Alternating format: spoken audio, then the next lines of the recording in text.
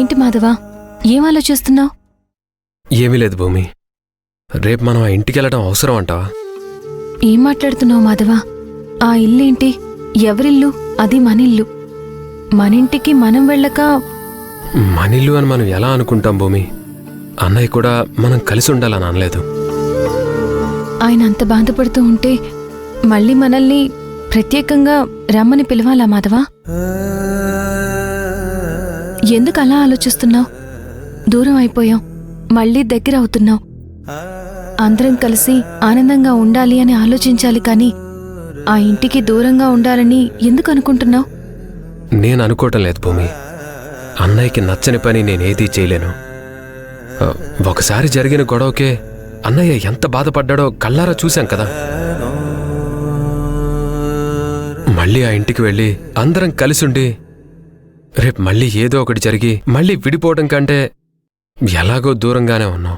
ఇలాగే దూరంగా ఉండి అప్పుడప్పుడు కలుసుకుంటూ ఉంటే బాగుంటుందేమో.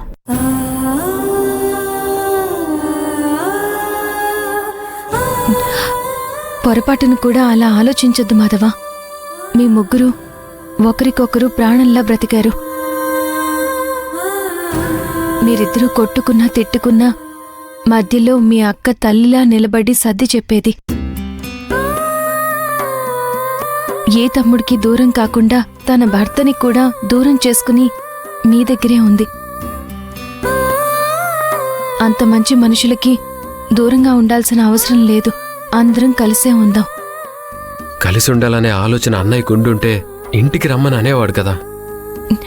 నా తమ్ముణ్ణి నేను పిలిచేదేంటి అని ఆయన అనుకుని ఉండొచ్చు కదా.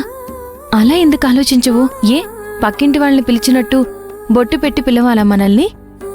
ఏంటి మాధవా, నువ్వు కూడా ఇలా ఆలోచిస్తున్నావు? లేదు భూమి, అన్నయ్య రారా అనకుండా నేను వెళ్ళలేను. ఇదిగో, ఇలాంటి ఆలోచనలతో మనసు పాడు చేసుకుని బావగారికి దూరం కావద్దు.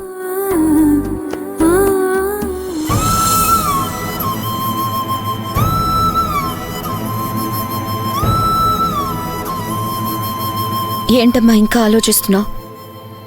ఏం కాదులే, పద వెళ్ళి పడుకుందాం. ఏమోనే, నా మనసేం బాలేదు.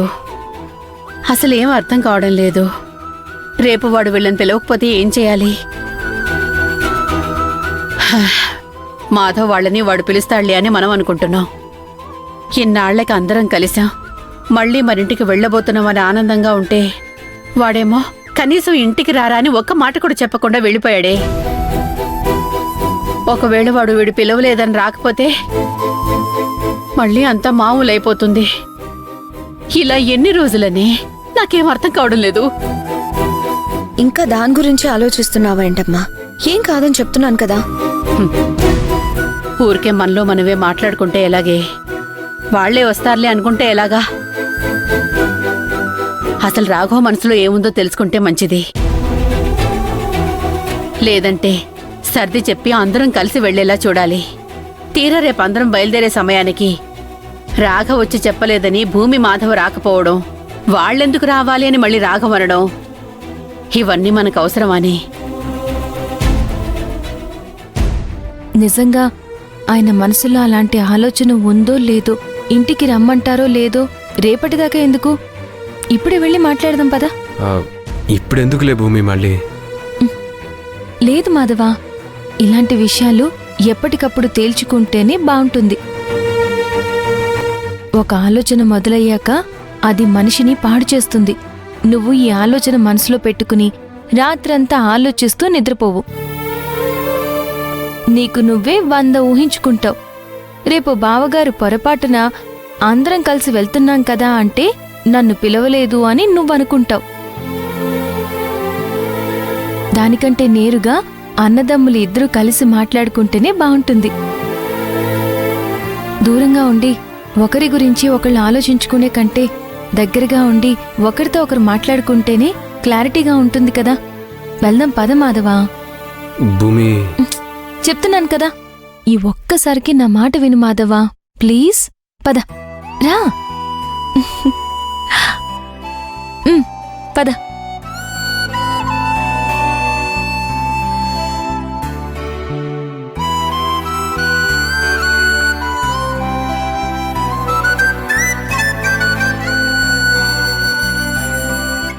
సరే అమ్మా, ఇప్పుడు ఏం చేద్దాం?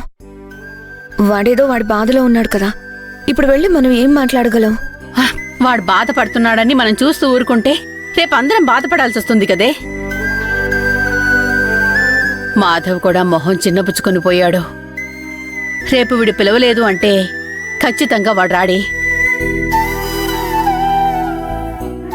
మళ్ళీ ఆ దూరం అలాగే ఉండిపోతుంది. మరి ఇప్పుడు ఏం చేయగలమమ్మా? చేసేదేమీ లేదే. ఒకసారి రాఘవతోనే మాట్లాడాలి. మాట్లాడదాం పద. రామ్మా.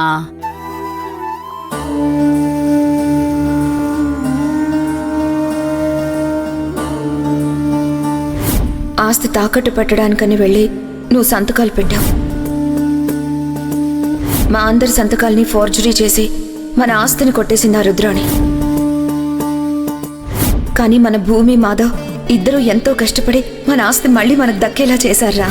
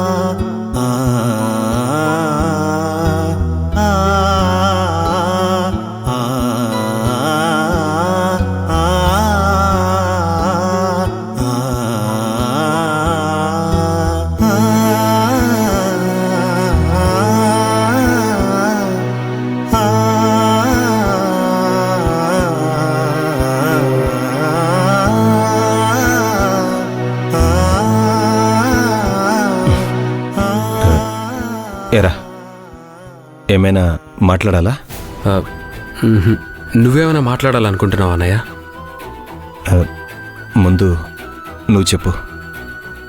లేదులే అన్నయ్య, పెద్దవాడివి, ముందు నువ్వు చెప్పు.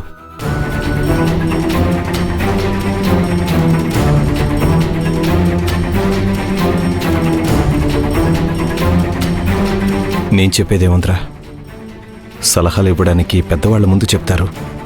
ఏదైనా అడగాలి అనుకుంటే చిన్నవాళ్ళ ముందు అడుగుతారు.